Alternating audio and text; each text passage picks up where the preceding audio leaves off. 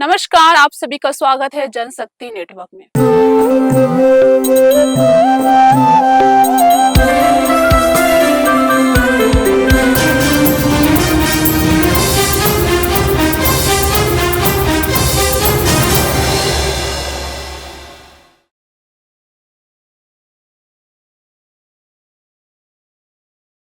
आज हम इस बात की पड़ताल करेंगे कि आम आदमी की कमर तोड़ती महंगाई के पीछे क्या कारण है और सरकार क्या कदम उठा सकती है ताकि लोगों को राहत मिल सके। खाद्यान्न, सब्जियां, खाद्य तेल, रसोई गैस और दवाओं जैसी जरूरी चीजों की आसमान छूती कीमतें गरीब, निम्न और मध्यम वर्ग के लिए लगातार चिंता का कारण बनी हुई है। कोविड-19 महामारी और अनियोजित लॉकडाउन के बाद देश भर में लाखों लोगों की नौकरियां चली गई। कुछ लोगों को वैकल्पिक रोजगार मिला, लेकिन अधिकांश को नहीं मिला। बेरोजगारी में अप्रत्याशित वृद्धि और नियमित आय न होने के कारण गरीब और वंचित वर्ग महंगाई के बोझ से पिस रहा है।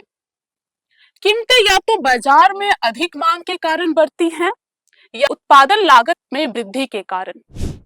हमारे देश के गरीब लोगों की क्रय शक्ति पहले ही नोटबंदी, जीएसटी की शुरुआत और लॉकडाउन के अव्यवस्थित क्रियान्वयन के कारण ही खत्म हो चुकी है।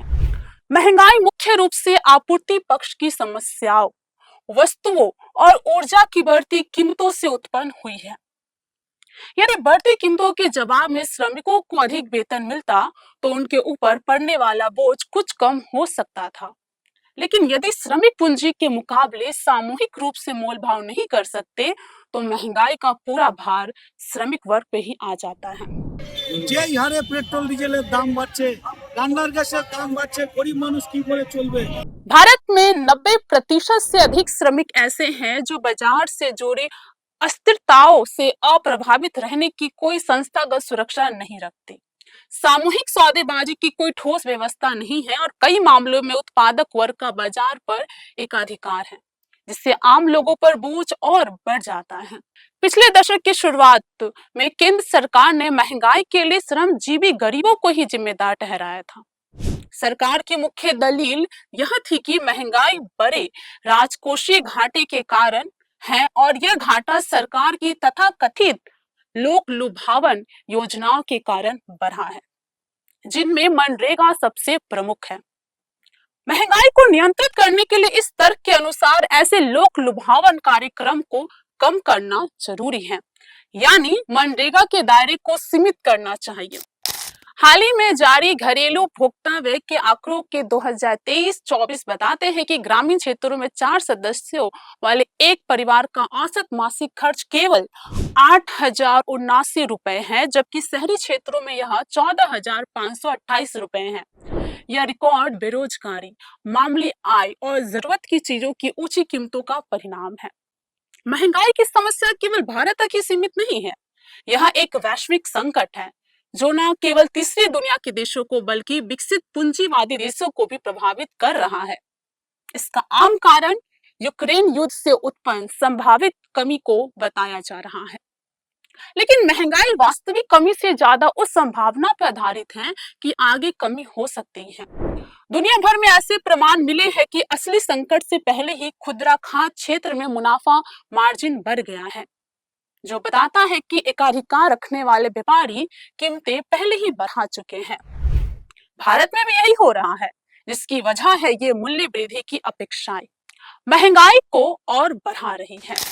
महंगाई को नियंत्रित करने के लिए एक तरीका यह है कि सार्वजनिक वितरण प्रणाली पीडीएस के दायरा बढ़ाया जाए, ताकि सरकार के गोदामों में जमा खाद्यान्न खुले बाजार में ना बेचे जाए बल्कि सीधे उपभोक्ताओं तक पहुंचाया जाए। इससे जमाखोरों को यह खाद्यान्न नहीं मिल पाएगा, वे कीमतें नहीं बढ़ा पाएंगे। बेरोजगारी, खाद्य महंगाई की दोहरी मार के कारण कुपोषण और बच्चों में अविकसित शारीरिक विकास की समस्या बढ़ रही है। साल 2024 में ग्लोबल हंगर इंडेक्स में भारत 127 देशों में से 105वें स्थान पर रहा। खाद्य महंगाई विशेष रूप से निम्न और मध्यम आय वर्ग के पौष्टिक आहारों को महंगा और अप्राप्य बना देती है। इससे भोजन की मात्रा कम हो जाती है, आहार में विविधता घटती है, कुपोषण में खतरे बढ़ते हैं, खासकर बच्चों में। যে হারে চালের দাম বাড়ছে তাতে সাধারণ মানুষ তাদের চাল কেনা খুব কষ্ট হয়ে যাচ্ছে। बच्चे खाद्य महंगाई के कारण दुष्प्रभाव के प्रति सबसे अधिक संवेदनशील होते हैं। गर्भावस्था और शैशवावस्था के दौरान पौष्टिक आहार न मिलने के कारण वे आयु के अनुपात में कम लंबाई और वेस्टिंग ऊंचाई के अनुपात में कम वजन का शिकार हो जाते हैं। इसीलिए हम ये निष्कर्ष निकाल सकते हैं कि केंद्र और राज्य दोनों सरकारों को खाद्य महंगाई की समस्या पर गंभीरता से ध्यान देना चाहिए, ताकि कामकाजी वर्ग को कर्ज लेकर गुजारा ना करना पड़े और देश के नागरिक स्वस्थ रहें। आप देख रहे थे जनशक्ति नेटवर्क।